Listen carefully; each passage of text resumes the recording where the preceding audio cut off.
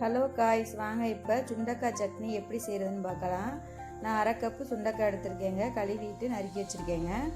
அதுக்கு என்னென்ன தேவைங்கிறது நான் இந்த சொல்கிறேங்க. சின்ன வெங்காயம் ஒரு கப்புங்க, 10 பல்லு பூண்டு, ஒரு சொல புளி, 2 கொத்து கருவேப்பிலை எடுத்துக்கோங்க. இந்த மாதிரி ஒரு கப்பில் தேங்காய் துருவல் எடுத்துக்கோங்க. 3 பச்சை மிளகா, 3 காஞ்ச மிளகா எடுத்துக்கோங்க.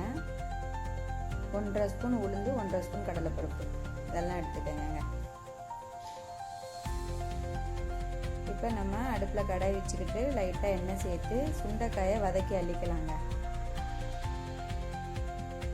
நல்லா வதக்கி அள்ளிக்கங்க சுண்டைக்காயை.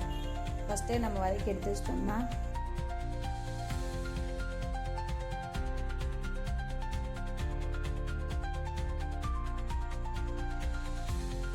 இந்த மாதிரி நல்லா வதக்கி அள்ளிக்கங்க. அள்ளி ஒரு பாத்திரத்தில் எடுத்து வச்சுங்க. இப்போ அதே கடாயில் எண்ணெயெல்லாம் இருக்கக்கூடாதுங்க, வேறு எண்ணெய் சேர்த்துக்கலாங்க. வேறு எண்ணெய் ஊற்றிக்கிட்டு இப்போ அதுக்கு கடுகு, உளுந்தம்பருப்பு, கடலைப்பருப்பு அதெல்லாம் சேர்த்துக்குங்க. சேர்த்து நல்லா பொரிய விடுங்க.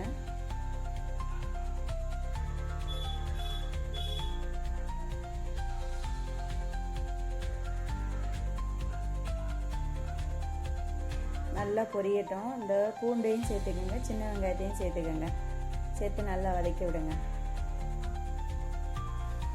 இப்போ காஞ்ச மிளகா, பச்சை மிளகா ரெண்டையும் சேர்த்துக்கலாம். புளியும் சேர்த்துக்கலாங்க. சேர்த்து நல்லா வதக்கி விடுங்க. கருவேப்பிலையை சேர்த்துக்கோங்க. இதுக்கு தக்காளி எல்லாம் தேவையில்லைங்க, அதுக்கு தான் நம்ம புளி சேர்த்துருக்கோம். இப்போ தேங்காய் துருவலையும் சேர்த்துக்கலாங்க. சேர்த்து நல்லா வதக்கி விடுங்க. உப்பு தேவையான அளவு சேர்த்துக்கோங்க.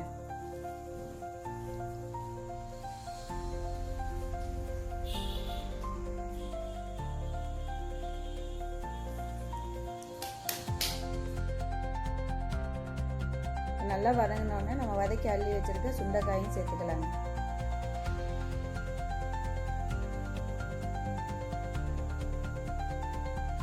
நல்லா வதக்கியாச்சுங்க. நல்லா ஆற வச்சுட்டு நம்ம மிக்ஸி ஜாரில் சேர்த்து அரைக்கலாங்க. தண்ணி கொஞ்சம் சேர்த்து அரைச்சிக்கலாங்க.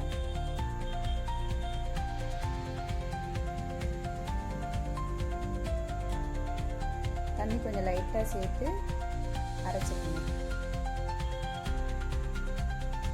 இந்த மாதிரி அரைச்சி எடுத்துக்கோங்க. அவ்வளோதாங்க, சுண்டைக்காய் சட்னி ரெடிங்க. செஞ்சு பாருங்கள். சுட சுட இட்லிக்கு சுண்டைக்காய் சட்னிக்கும் அப்படி தாங்க இருக்கும்.